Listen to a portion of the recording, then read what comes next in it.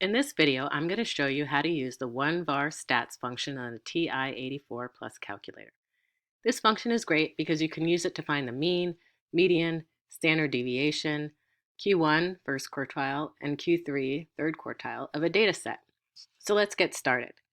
As you can see, we have a list of numbers on the right. Let's put them into the calculator. To do this, we must first put the numbers into a list. Press the Stat button and then press Enter. As you can see, there are already some numbers in the list. To clear those numbers, press the up arrow button until L1 is highlighted. Then press Clear and then Enter. Now, to put the numbers into the list, type the numbers in one at a time and press Enter after each one. 3, Enter. 4, Enter. 9, Enter. 8, Enter. 7, Enter.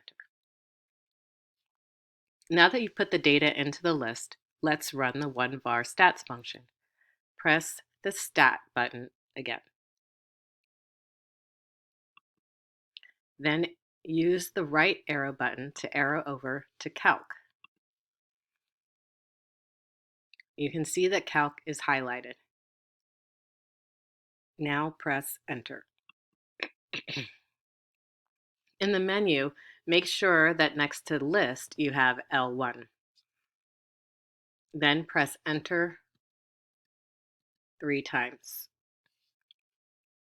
The calculator then works out the following: the mean of the numbers in the list, the sum of the numbers in the list, the square of each of the numbers in the list, the sample standard deviation, the population standard deviation, and which is the number of values in the list, the minimum number in the list, or the minimum value in the list, the Q1 value, and then if we arrow down, we could see the median value, the Q3 value, and the max value in the list.